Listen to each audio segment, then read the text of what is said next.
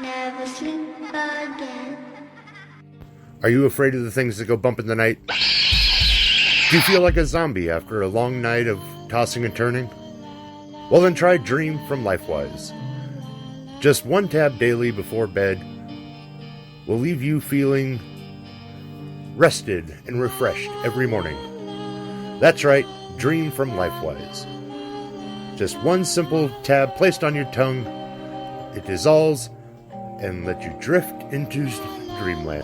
Text Moose Dream to 754-600-9473 to get you started with your free samples today. This is a warning to all living mortals. Moose will release 13 of the most terrifying interviews of horror unto the world. Welcome back, Horror Hounds, to another installment of the 13 Horrifying Days of Christmas. I'm your host and gift giver, Moose. Today we'll be visited by three spirits. That's right, the spirits of Christmas past, present, and future, in the form of our good friend Komatose, who will be talking about his career, his music, and his favorite horror film, Ari Aster's Hereditary. So let's not put it off any longer. Please welcome back our good friend Komatose. Hello, I'm waving to everybody out there in the internet spaces. Can't see my hand moving, but it is. Just imagine. A sultry, plump little digits, all five of them intact. It's a very sultry. Kind of with a nice tan, just waving through the sky, wishing you the best. So, how you been? We haven't really talked since you performed at the Monster Bash. Oh, just living life, man. Trying to figure out what to do now, what to do next. Had a lot to catch up on over the Halloween season, as it is normally. I had to do a last-minute shirt ditch because the company I was working with was putting me already on 8 weeks for the shirts for Halloween season, and I emailed them and said, hey, when can I have an update? And they're like, we don't know. Like, you don't have any type of you don't ETA get an for update. shipping out my orders, and they're like, nope. I'm like, okay. So, the shirts were supposed to be out the door and in the mail, so I had to cancel my monies, get my monies back, reorder the shirt, set up another thing, and it's a big headache. No updates. So just kind for of you. dealing with still the fallout of that and all that stuff, because I've got some overseas orders now that are being held up by that, because I don't know if you know, but like to send one or two CDs across the ocean, it's $25. So shirts and CDs across the ocean. Good grief. Yeah. So I'm dealing with that, and of course now it's Christmas time, and now I'm got to deal with real life bullshit and get the Christmas stuff going. Yep. So it's just busy in the personal life, busy in the semi-retired career, fun life, whatever you want to call it. Yeah, so just been busy. Yeah, life seems to always hit you right in about December. Life seems to hit hard. I'm not sure why. Like And then Friday across morning, the board.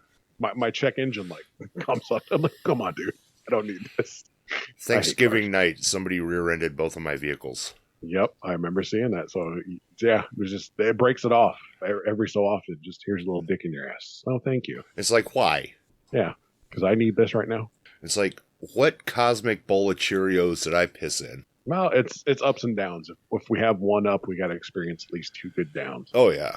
Take it as it comes. So, speaking about this semi-retirement, why now?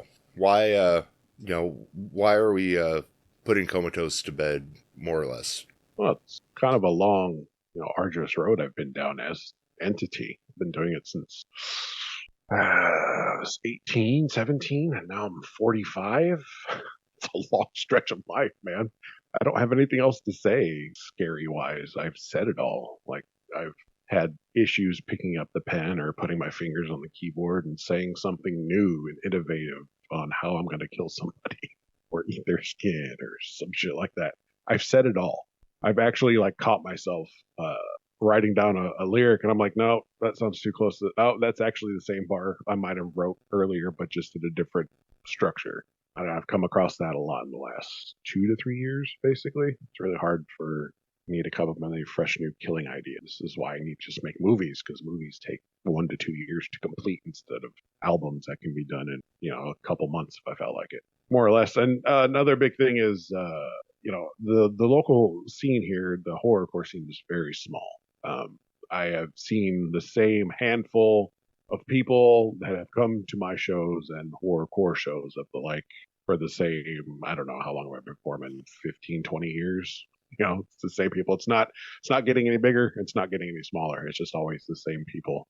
So I don't know if the horrorcore genre here in Omaha is stagnant, or maybe I'm just an old man and I'm not hip enough with the cool kids to make that type of horrorcore. I don't know. It's just a lot of signs have pointed to maybe it's just time to take a back seat for a while. And if you feel like making a horror song, make one. Just don't make it a focal point or a goal-driven narrative, more or less, because you may never do it again. Who knows? So, like, if something sparks your interest, be like, oh, okay, I'll do this. But it's not the driving force at this point. No, there's no. I don't have I had an album planned for, I don't know, last 3 to 4 years, and for me to pick up the pen and try to make that album was very trepidatious. I would always write 4 or 5 bars and this is good enough. This isn't the direction. I've already said this. No, this isn't what I want. And I had a complete theme and ideology and keynotes to hit. I had a whole thing ready to go. I just couldn't force myself to do it, and that's basically what it became, was me forcing my hand to do it as opposed to me taking enjoyment out of doing it. I think the last song that I enjoyed that I made was the Terrifier song. That I really enjoyed because art was new 2-3 years ago. Everybody was on it. I was on it. And I was like, this is fun. I can write a song about this because it's new and different and no one's done this and stuff like that. But the Silent Hill record that I put out last, that was years and years and years in the making. And I did not enjoy recording that due to the fact that I'm such a massive fan.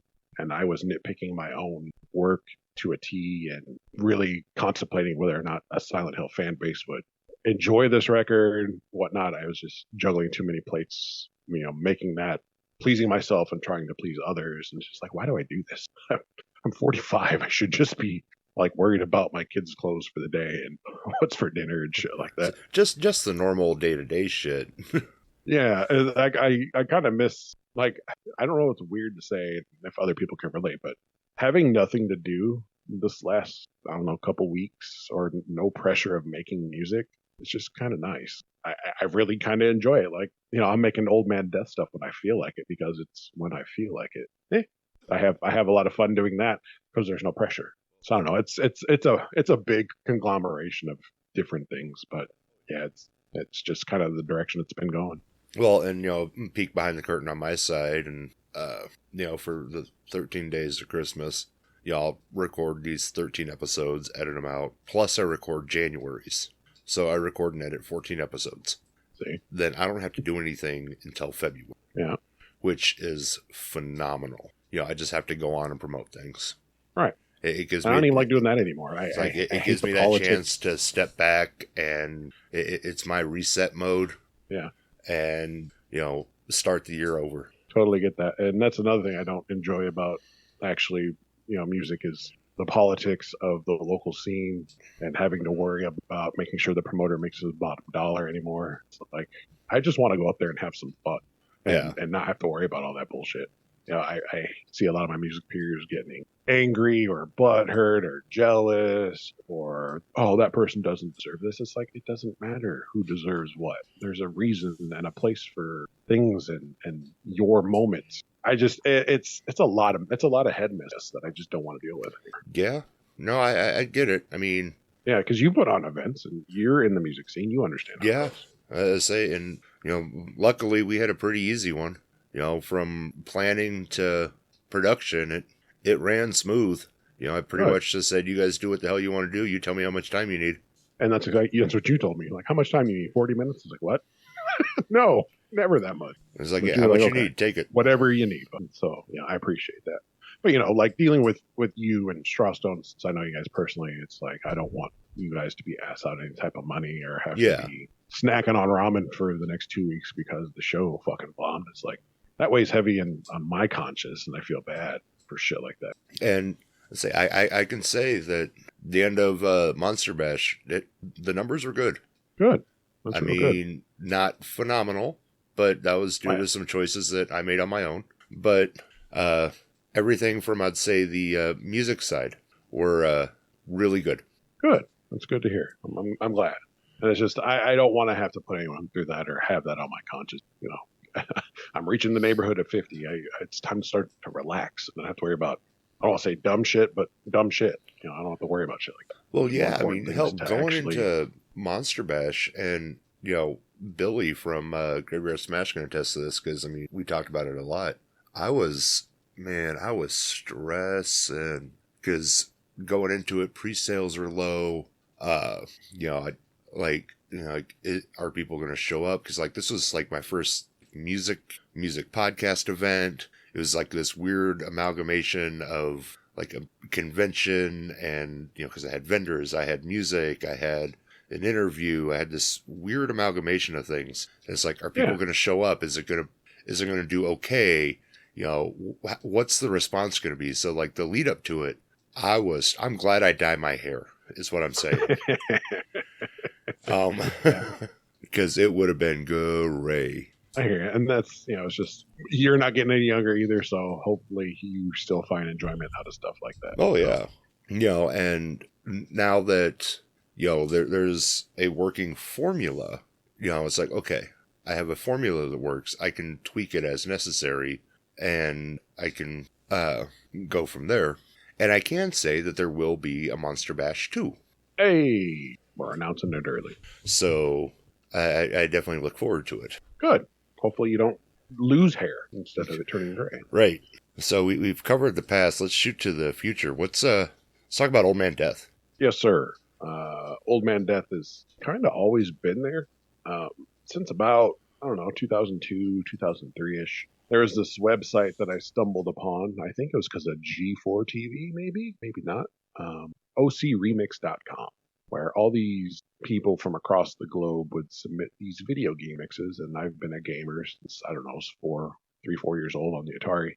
And to hear these iconic songs remixed into hip hop, into rock, into a jazz tune, into some dinner music, I'm like, this is fucking wild.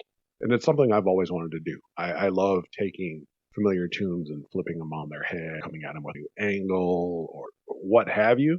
So this is something I'm just like, fuck it. Well, if I'm not going to do this Komatose, I might as well do something I really enjoy and have enjoyed as a fan since, the early 2000s. And I have the production, skill, the equipment at home to just do it. So I just turn on my old SP303 and my DR202 drum machines that I got when I was like 20 years old. And here I am 25 years later, really using them to their full potential. Those were the actual first pieces of equipment I bought besides a 4-track tape recorder. It was those two beat machines. One's a sampler and one's a drum machine. And then I had a little 4-track recorder, which I no longer have. But a friend of mine, shout outs to Mike Showalter, a couple years ago, he's like, didn't you used to have these in your studio? I'm like, yeah. He goes, well, here you go. Merry Christmas. He bought me brand new old vintage equipment and said, put good use to them. So I've kind of been dicking with them for, since he got them for me. And then I just really started tearing into them and I started doing Old Man Death stuff. And I really enjoy the old way of making music. I guess it's not really old because old way is picking up instruments, putting your breath through them or strumming them with your fingers, what have you. But for me, this is old. I used to take the phrase sampler and make my drums and put them all together and mix them down. But less digital, more analog. Yeah, more fingies. Yeah. I guess, as opposed to clicking and control Ving and control Ping and control Cing and control Xing and all that stuff. So it's been a real blast, actually. I'm having fun making those. So, yeah. Keep that up. You can get booked on a couple EDM shows. I've been kind of contemplating that. I'm like, how would an Old Man Death show? Because I don't understand what I would do. I've seen Crystal Method live. I've seen, a couple of live DJs here and there. And I'm kind of like, I don't know if I could just stand there and push buttons and then like point at the crowd. That feels weird to me. I feel like I need to be in the crowd the whole time, pointing at them, making faces and shit. But I don't know. It's something I always contemplate.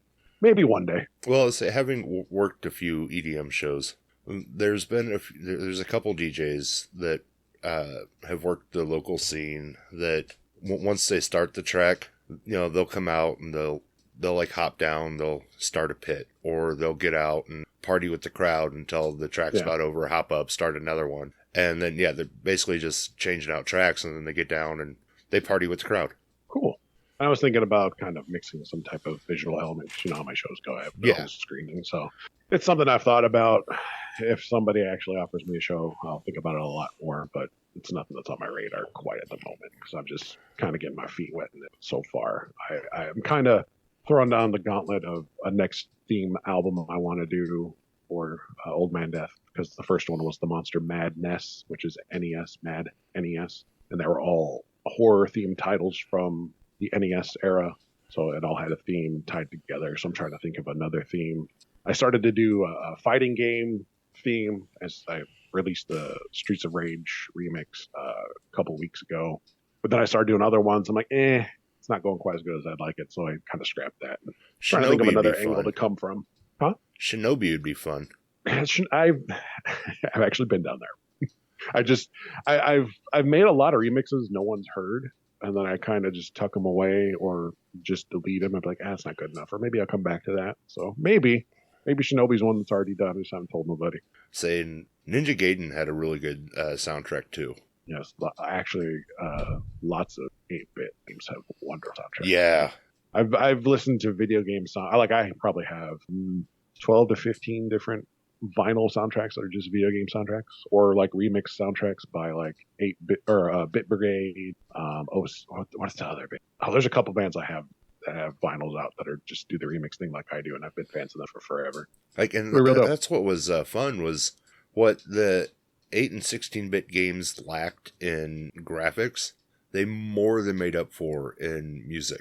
Yeah, because and that's the thing. Like the 8-bit chipsets for making music, you have to be very creative because you only have so many channels of sound in an NES and a master system. You know, the sound chip is very small, so they have to be very creative and very smart. I guess they have to make real good choices when composing that type of stuff on such limited hardware. So I really do appreciate the artistry and the mastermind that it takes to really create something deep and memorable on such an old piece of hardware.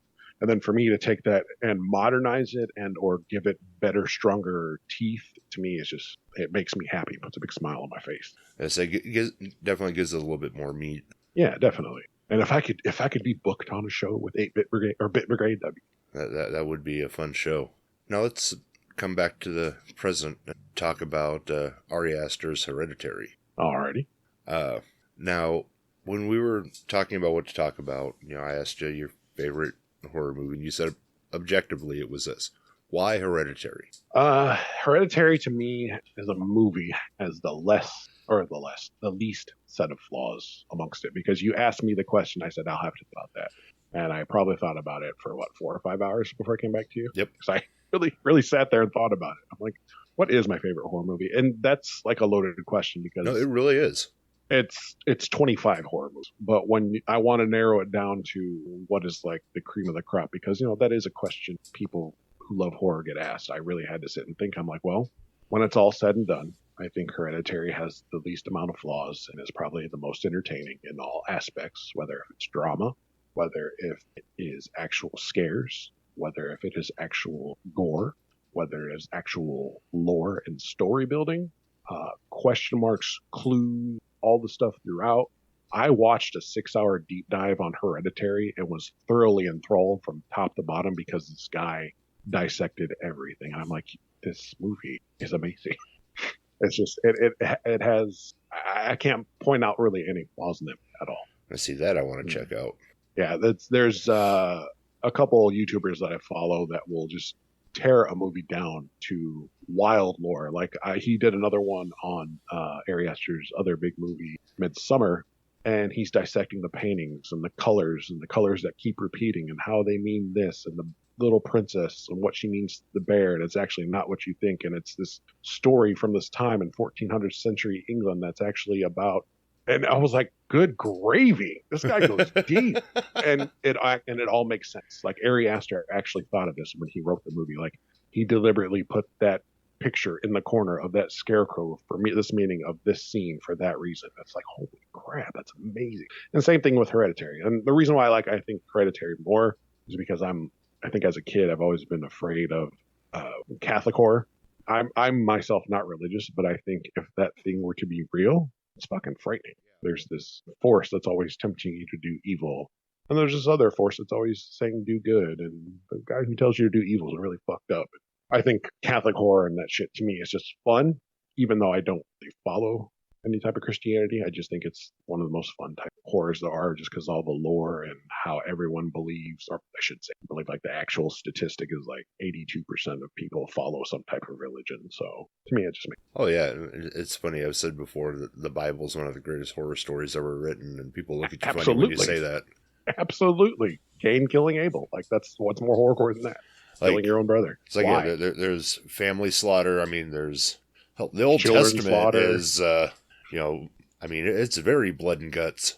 Yeah, absolutely, and that's why I think it's fascinating that we as humans follow this book full of very grotesque imagery. Why? Because some As Roman like our emperor moral said compass. so. Yeah, when there's just all this other iconography and story beats and stuff that are borrowed from so many other religions, and Christianity's like this hodgepodge mutt Heinz 69 type of religion that people just don't even really get. Yeah. So, and if you're a Christian out there, I'm not trying to clown or rag on you. It's just my observation of the person standing outside of your religious bubble. So yeah, just outside looking in, it seems bizarre. Absolutely. And if this makes you sleep better at night and you're not beating people over the head with it, hey, more power to you. Say, go get good your on Jesus you. on. Yeah, absolutely. I say, if it helps you be a good person, congratulations. Yeah, you're doing better than most. Yeah. Because most people, they turn into shitbags. Yeah, I know a lot of shitbags. Yeah, but they love Jesus, so it's okay. On the rewatch of Hereditary, the only downside I came away was there were a few spots where the cutaways seemed really clunky. Interesting. I always found Harry Aster, fuck me if I can't remember the cinematographer's name. I found he works with him in most of his movies. I actually enjoy it. And it's just it just seemed like weird spots in the story to cut.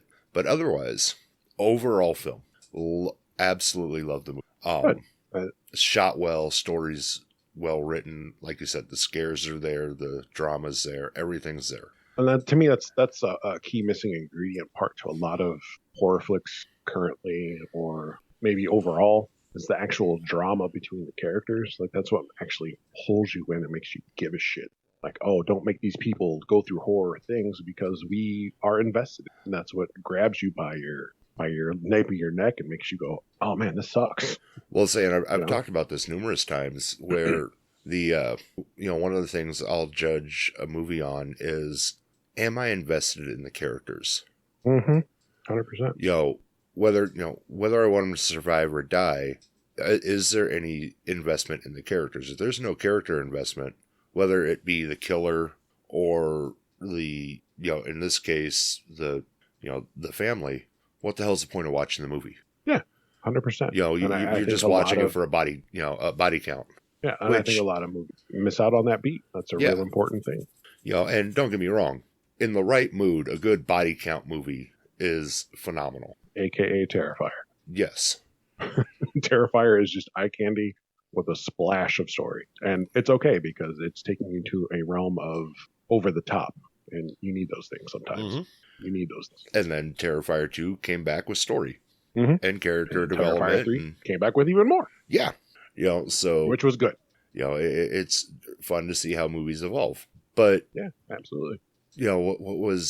What really hit with Hereditary was how almost real it could be in the realm of the paranormal and just day to day.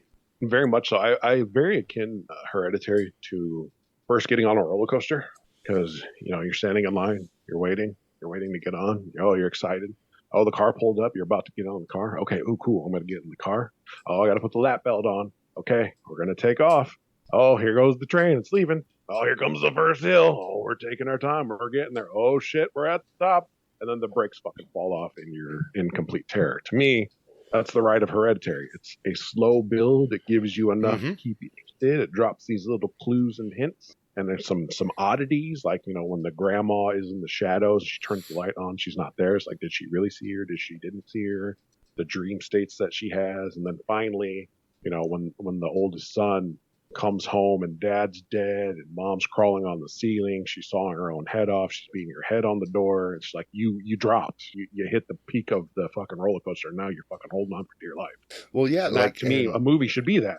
It should be this thing where Okay, it's giving you a little something. You're standing in line. Oh shit, there's that car. We're about to get in. It's like, oh shit, there's some cool shit happening. It's the same formula. Give me that ride every time, and I'm hooked. Well, and like, yeah, what's cool is you start with this clearly dysfunctional family, like most families.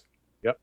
That's what makes it relatable. It's like my mom's a shitbag, or my dad's a shitbag, or my brother's a shitbag. And by the time you get to the end of this movie, the dysfunction's dialed up to 11.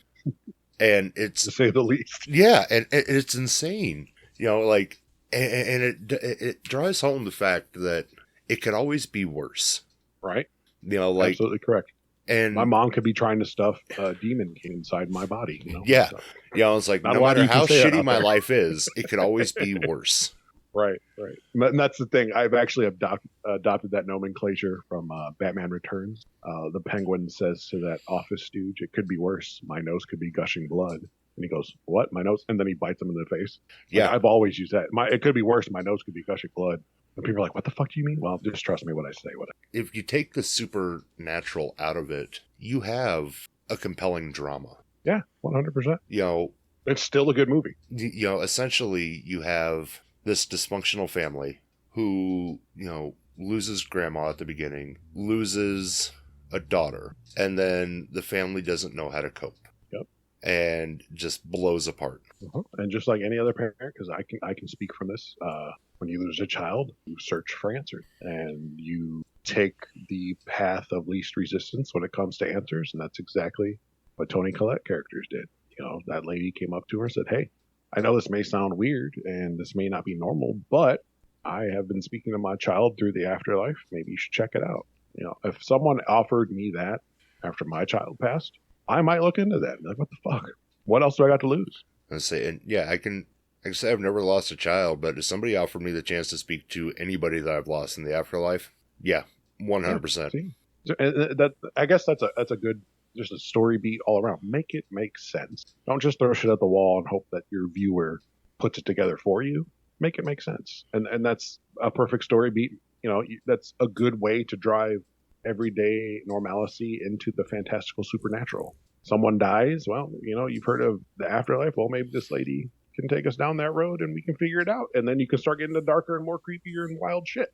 And it makes sense. And it 100% did. Exactly.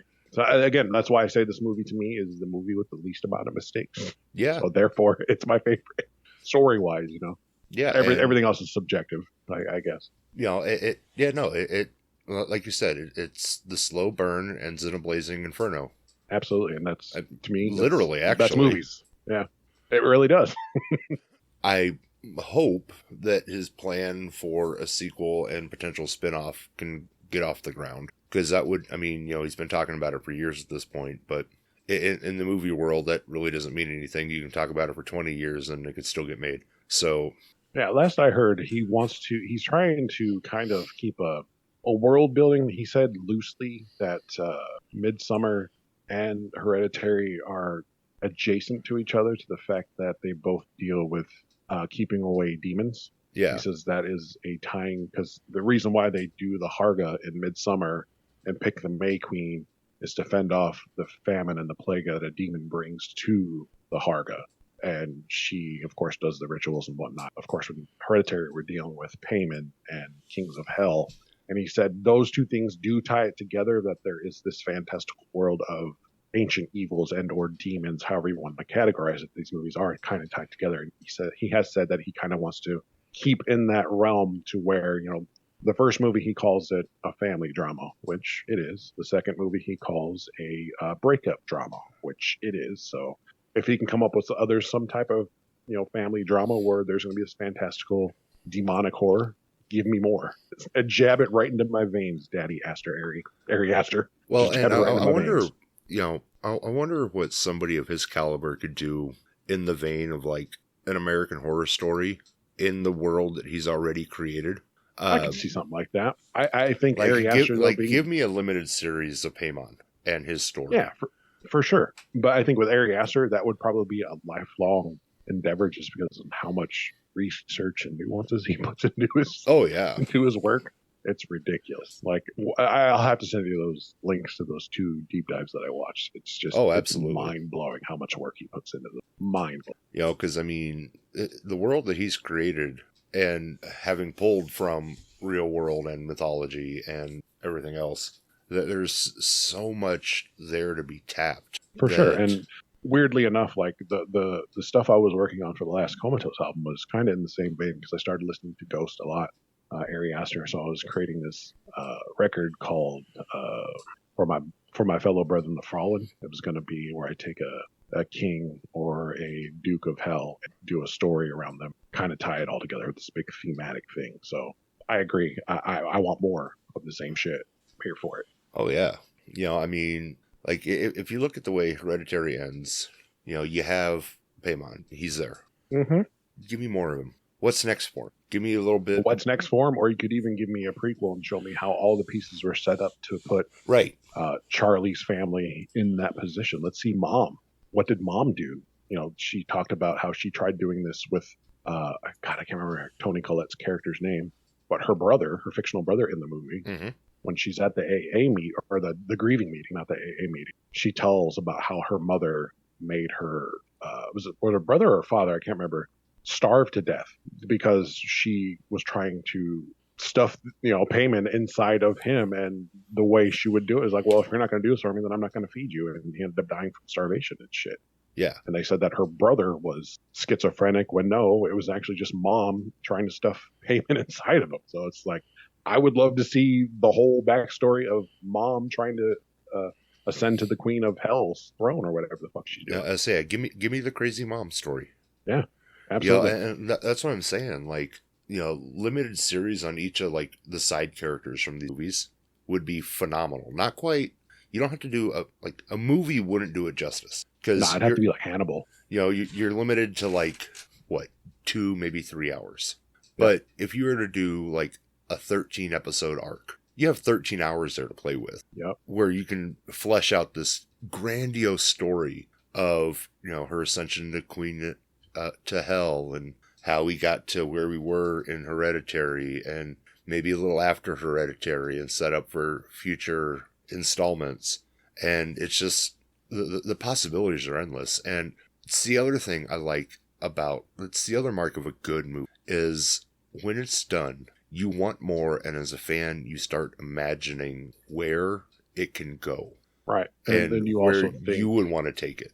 Mm-hmm. And it sits with you after you watched it. You sit and try to process what you just went through. Mm-hmm. Like when I left Hereditary from the theater for the first time, me and my daughter saw it together. We both stared at each other like, what the fuck did we just watch? Like not in like disgust or anything, but like, dude, we were taking on a fucking ride.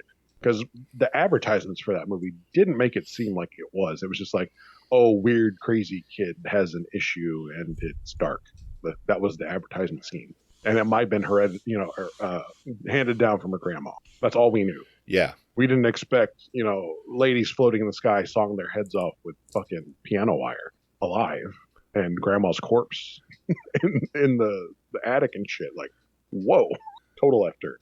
Ironically enough, and I wanted to get your take on this as a parent, because for me, the most disturbing scene in the movie was the kids are on their way back from the party, and Charlie dies. Yep. Son goes in and goes to bed. It's the crying in the morning. And then it's that doesn't giant wail that Toni Collette lets out. It's so uncomfortable. The kid doesn't say anything. He just goes in, covers his head. Yeah, and it's like, oh my God. You hear Mom walk out the door, go into the car door shuts, and you hear her scream, like, bloody murder. Yeah, for me, that was the most gut-wrenching thing. Absolutely. And what I appreciate about good filmmaking is directors and cinematographers who make you sit in that pain for an uncomfortable amount of time. Oh, yeah. Not that effect that you're sitting in it for an over amount of time, just enough to go, okay, I get what you're saying. This sucks. Please stop. And then they just give you just a little more just to make it really uncomfortable. Yep. I love that. Absolutely because, love that. It's, typically when people watch horror movies, there's like a certain death or something that always gets to them. And in this case, you watch this movie and it could be, the guy catching on fire or Mom sawing her head off or something like that. But I don't think I've seen a horror movie, or any movie really, where the scene has hit as hard as Mom finding Charlie's body. I will name one that you've probably seen. And if you haven't, you should probably go. Funny Games. Yeah, no, I haven't Have seen you it seen yet. that? Nope. Okay. Funny Games, there is a scene that is very similar to that, where we're introduced to a child's murder, and you are going to sit in it for an uncomfortable amount of time with your parents. Mm. And Funny Games is very much akin to that, where it is a very slow. It's a roller coaster. It's a very slow ride, and then once the wheels break off, it breaks off. You're holding on for dear life and just ride the ride. So if you've never seen Funny Games, I recommend that because it's a very similar in vibe. No fantastical supernatural horror. Just knock on your door, stranger type of horror. Because, so my wife and I were watching Hereditary. Well, I was watching it. She was kind of watching it with me. And, she sees Charlie's death, sees the kid come home. And it's interesting to see how, looking back, how a mom reacts to that scene. Her gut reaction was she was ready to kill the other kid for not telling the parents that night. I was just in shock. She wanted to kill the kid. My wife, when she deals with that scene, she's utterly repulsed. Like, it puts knots in her stomach where she wants to vomit. She takes child death in any movie very, very close to home. Oh, absolutely. She hasn't had a child pass away. My wife, I married into a new parentship, so her son is perfectly fine, healthy, he's great, but she just takes child murder very unwelcome. Like, even to the fact where Georgie, gets his arm ripped off, and it bothers the fuck out of her. Well, for years, you figure it was so taboo in media. You wouldn't touch it. Yeah, I agree. But I also think there is a time and place for that, because it is the murder of pure innocence. Yeah. There is a reason, a causality to show the evilness or wickedness of an entity or being or person or what have you. Right. You can't put an exclamation mark on it better. It has to be a reason for it. You can't just kill a kid to kill a kid. Yeah, exactly. It's to drive a stake into your heart, not to go, oh, cool, you killed a kid, that's fun. It's more to go, oh, shit, you're fucked up, dude.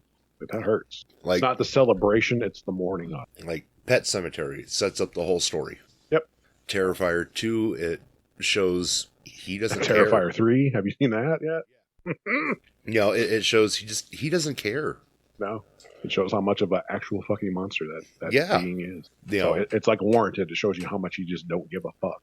Whereas, you go back to the 80s, you have Jason going into a cabin of kids, and he just looks at them.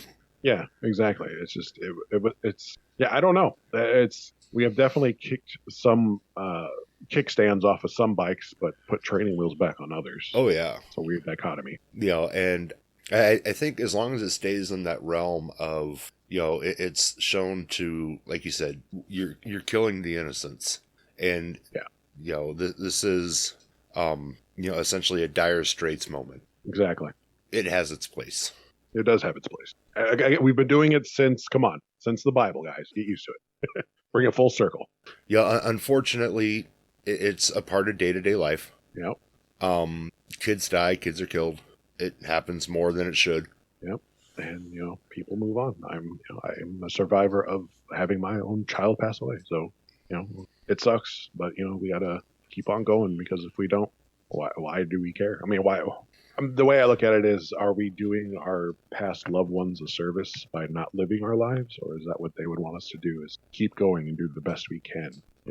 That's how I always got to look at it. Would my daughter, Anna, want me to stop being who I am because she passed? No. She would want me to be who I am, remember her, and keep her memory alive and do well by her if she were still around. Right. So it's just a thing. And it just drives the point home. So what's next for you?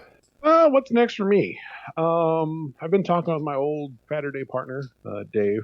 We started a podcast, I don't know, 2017, 2018, a couple years before the pandemic.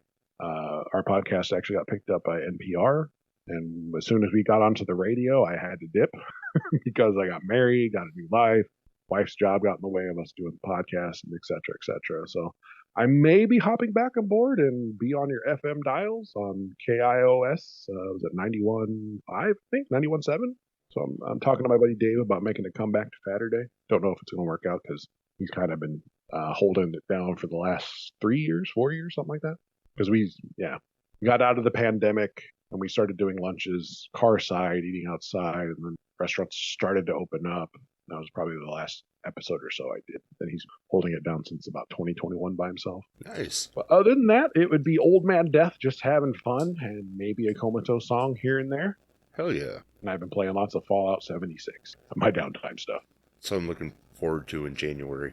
What's that? Just getting lost in Fallout again. Oh yeah, I've been having a blast. I've never played a Fallout game until after I watched the series on Netflix or on Prime. I'm like, wow, this is actually really fun. I really enjoy this TV show. Let's see what the game's about, and I've been kind of sucked in since. Well, and to touch on that for a second, as far as like video game adaptations go, that style of game is the best to adapt into a series because it is so side quest driven that you could make a show about literally anything. And as long as it's in universe, you're fine. Yep. They gave you a sandbox to play with. Here's the rules. Here's what's going on in the world. Go tell your fucking stories. Yeah. And that's fucking amazing. Like, I love that. So good.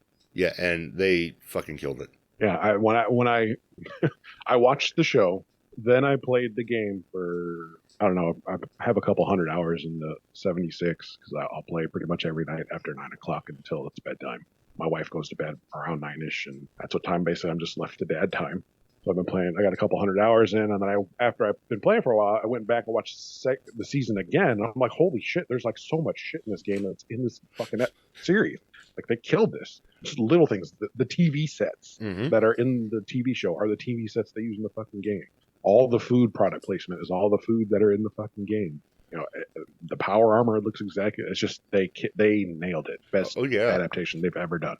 And ever. They can just keep going because you know, they just started season 2 last week. Actually, they started filming. You know, it's one of those where, you know, and that's one of the things I've loved about like Fallout and Skyrim and really about anything Bethesda puts out is it's such an open world that they could focus on any type of character really, and you have a run of story. Absolutely, because some of the characters in game have their own complete like history and story and future and characters. It's like Valentine, the synth that's in Fallout 4, like he could have his own fucking series, just his story.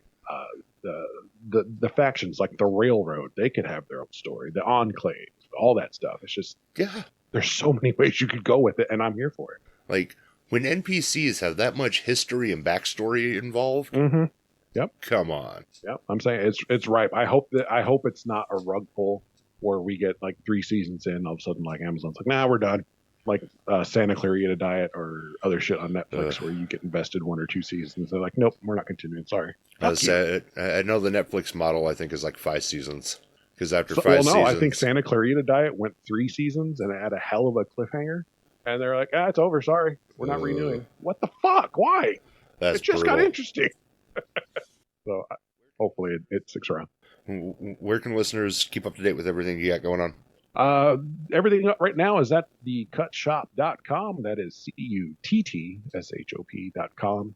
When you click that little URL into your address bar, it'll bring you to a little menu. That'll take you to the Facebooks. It'll take you to the SoundClicks, the SoundClouds, what Bandcamp. I don't know what the kids use nowadays. Spotify's, Apple Music. So it'll take you to all the spots we're currently on, YouTube's, Twitch, all the good stuff. So just thecutshop.com. That also has the web store there. And that's probably the best way to stay up to date, other than Facebook or Instagram, and Komatose Horrorcore or Old Man Death on either of those services, and you'll find me. Hell yeah. And listeners, I'll put those links in the episode description. You can find me and other great podcasters over at electronicmediacollective.com. Be sure to follow me on Facebook at Moose's Monster Mash and on YouTube at Moose Media Inc. Komatose, as always, this has been fun. Well, thank you for having me, sir. I really do appreciate you reaching out and having me flap my gums for an hour. I already have a couple ideas on some future episodes I want you on, so we'll have you back. I'm here for it, bud. Be sure to come back tomorrow for another installment of the 13 Horror-fying Days of Christmas. And until next time, Horror Hounds, hash on.